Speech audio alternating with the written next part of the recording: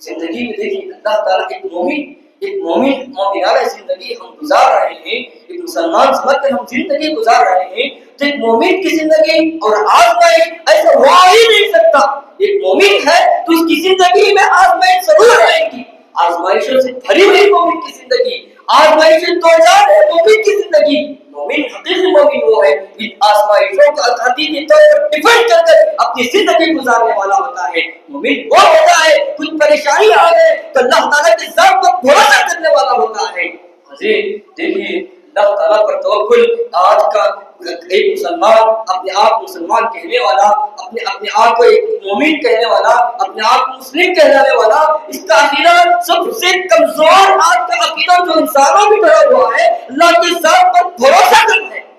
اللہ کے ذات پر جو توکل رہنا چاہیے وہ توکل ہم سے دور تک نہیں ہے۔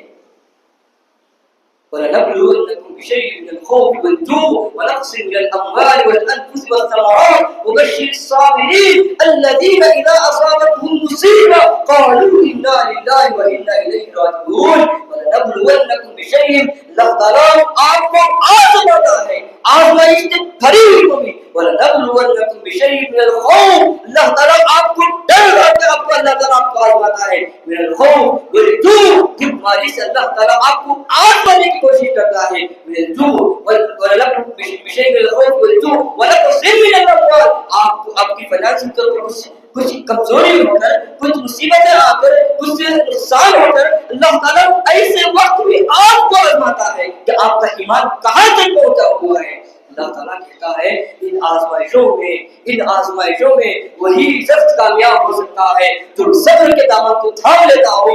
بشیر الصابرین، اور ایسے لوگوں کے لیے یہ خوشخبری ہے الذین اذا اصابتهم مصیبہ، جن کو کوئی مصیبت لاحق ہوتی ہے، جن کو کوئی پریشانی لاحق ہوتی ہے تو کہتے ہیں قالوا انا للہ وانا الیہ راجعون۔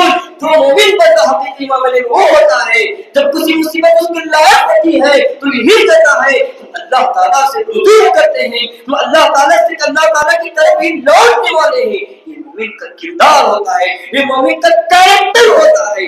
آپ دیکھیے ہمارا عقیدہ کتنا کمزور ہے۔ حضرت یہ عبادت اللہ تعالیٰ جو موقع میں عطا فرماتا ہے عبادت کے سلسلے میں ایک بہترین موقع ہمیں اللہ تعالیٰ نے یہ ذی الحجہ کے طور پر اللہ تعالیٰ نے ذی الحجہ کی شکل میں عطا فرمایا، عید الاضحیٰ کی شکل میں اللہ تعالیٰ نے عطا فرمایا۔ دیکھیے اللہ تعالیٰ آپ کو کوئی شریعت کی کون سی بھی چیز کا مکلف بناتا ہے تو اس کا یہ بھی مقصد ہوتا ہے۔ اس کو میں جیسا کہ میں شروع میں ابتدا میں کہا کہ آپ کے سامنے تلاوت فرمائی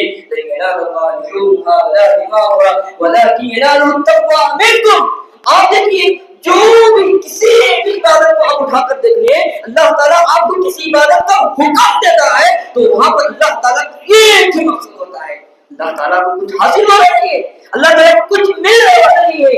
آپ کی عبادت کرنے سے، آپ کی عبادت کرنے سے اللہ تعالیٰ کی شان میں کچھ زیادتی ہونے والی ہے نہیں۔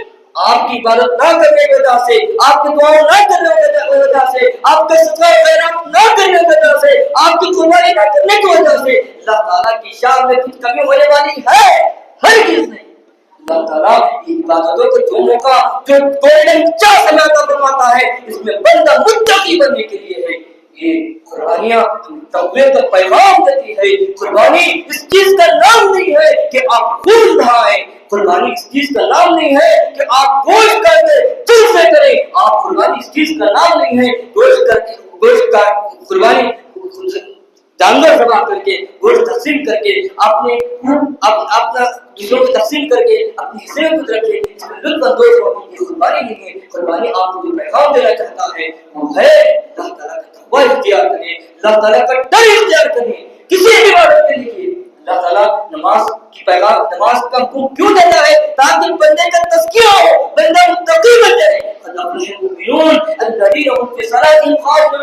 مومن نمازیوں میں بھی وہ نمازی، مومنین میں بھی وہ مومن کامیاب ہونے والے ہیں۔ الذین هم فی صلاتهم خاشعون، جب نماز کے لیے کھڑے ہو جاتے ہیں تو ان کا دل کانپ اٹھتا ہے، اللہ تعالیٰ کے دربار میں کھڑے ہیں، اللہ تعالیٰ کی عبادت کر رہے ہیں، اللہ کی تقوی سے دل کام ہوتا ہے، یہی لوگ کامیاب ہونے والے ہیں۔ آپ دیکھیے حج کی حج کا یہی پیغام آپ کو ملتا ہے، الحج اشہر معلومات۔ جب اس آیت کا ہم مطالعہ کرتے ہیں تو آخر میں اللہ تعالیٰ فرماتا ہے فاتقونی یا اولي الالباب، اللہ تعالیٰ فرماتا ہے اے عقل مندو، آپ کو حج کا جو پیغام دے رہا ہے یہ خالی دل نہیں ہے، اس کے ذریعے آپ اللہ کا تقوی اختیار کریں۔ ہم روزے کے بارے میں جب بھی رمضان آتا ہے بار بار سنتے ہیں لعلکم تتقون، اللہ تعالیٰ نے آپ کو روزے فرض کیا ہے تاکہ آپ متقی بنے، لعلکم تتقون۔ تو بات پتا چلا، معلوم ہوا کہ ہم روزے رکھنے کے باوجود، ہم حج کرنے کے باوجود، ہم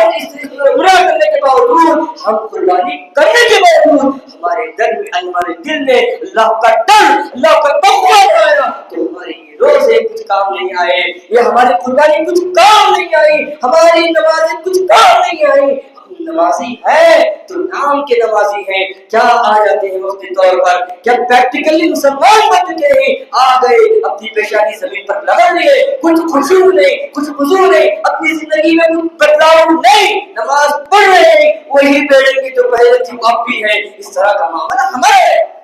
قربانی دینے کے باوجود بھی قربانی ایک سمجھے کہ فیکشن بن گیا ہے، یہ فنکشن بن گیا ہے۔ قربانی یہ فنکشن نہیں ہے میرے بھائیوں، یہ عبادت ہے، عبادت ہے، اس کے ذریعے اللہ تعالیٰ اپنے تقوی رکھنا چاہتا ہے۔ ہم قربانی دیتے ہیں اللہ تعالیٰ کے لیے، ہم قربانی دیتے ہیں اللہ تعالیٰ کی قربت حاصل کرنے کے لیے، نہ کہ یہ فنکشن اس طرح کچھ بھی نہیں ہے۔ میرے یہی پیغام ہے عید الاضحیٰ کے سلسلے میں، آپ قربانی دے رہے ہیں اللہ تعالیٰ کے لیے دے رہے ہیں، آپ نمازیں پڑھ رہے ہیں اللہ تعالیٰ کے لیے کر رہے ہیں، عمرے کر رہے ہیں تو اللہ تعالیٰ کے لیے کر رہے ہیں۔ یہ تیری تمام باتیں ہمارے لیے گولڈن چانسز ہیں تاکہ ہم متقی بنے۔ اگر ہم قربانی دینے کے باوجود ہمارے اندر اللہ کا تقوی، اللہ کا ڈر نہیں آیا تو ہماری قربانیاں رائے گاہ ہیں، کچھ بھی کام آئی نہیں۔ تو اسی لیے اپنی بات ختم کرتا ہوں، اللہ تعالیٰ سے دعا کرتا ہوں کہ اللہ تعالیٰ ہمیں حقیقی مومن بن کر زندگی گزارنے کا توفیق عطا فرمائے۔ اللہ تعالیٰ ہمیں جب تک دنیا میں رکھے متقی بن کر زندگی گزارنے کا توفیق عطا فرمائے۔ اللہ تعالیٰ ہمیں قیامت کے دن صالحین میں ہمارا شمار عطا فرمائے۔ اللہ تعالیٰ ہمیں دنیا میں جہاں بھی رہے اتقوا اللہ حیثما کنتم، ہم جہاں بھی رہے اللہ کا تقوی، اللہ کا ڈر اپنے دل میں بسائے رکھنے کا اللہ تعالیٰ نے توفیق عطا فرمائے۔ اللہ تعالیٰ ہمیں سے جو بھی دنیا سے گزر چکے ہیں اللہ تعالیٰ ان کو گھر بڑھ کر جنت نصیب فرما۔ اللہ تعالیٰ ہمیں جن کے گھروں میں بھی پریشانیاں ہیں اللہ تعالیٰ پہلے سے ان کی نصرت عطا فرما۔ اللہ تعالیٰ جس کا بے اولاد ہے اللہ تعالیٰ ان کی نیک اولاد عطا فرما۔ اللہ تعالیٰ جو بھی قرضدار ہیں پہلے ذکر پر امت مسلمہ جہاں بھی پریشان ہیں اللہ تعالیٰ امت مسلمہ کے حال کو اللہ تعالیٰ احوال کو درست فرما۔ اللہ تعالیٰ امت مسلمہ کی غیب سے تو نصرت عطا فرما۔ آمین۔ اقول قولی ھذا استغفر اللہ لي ولکم ولسائر المسلمین من كل ذنب فاستغفروه انه هو التواب الرحیم۔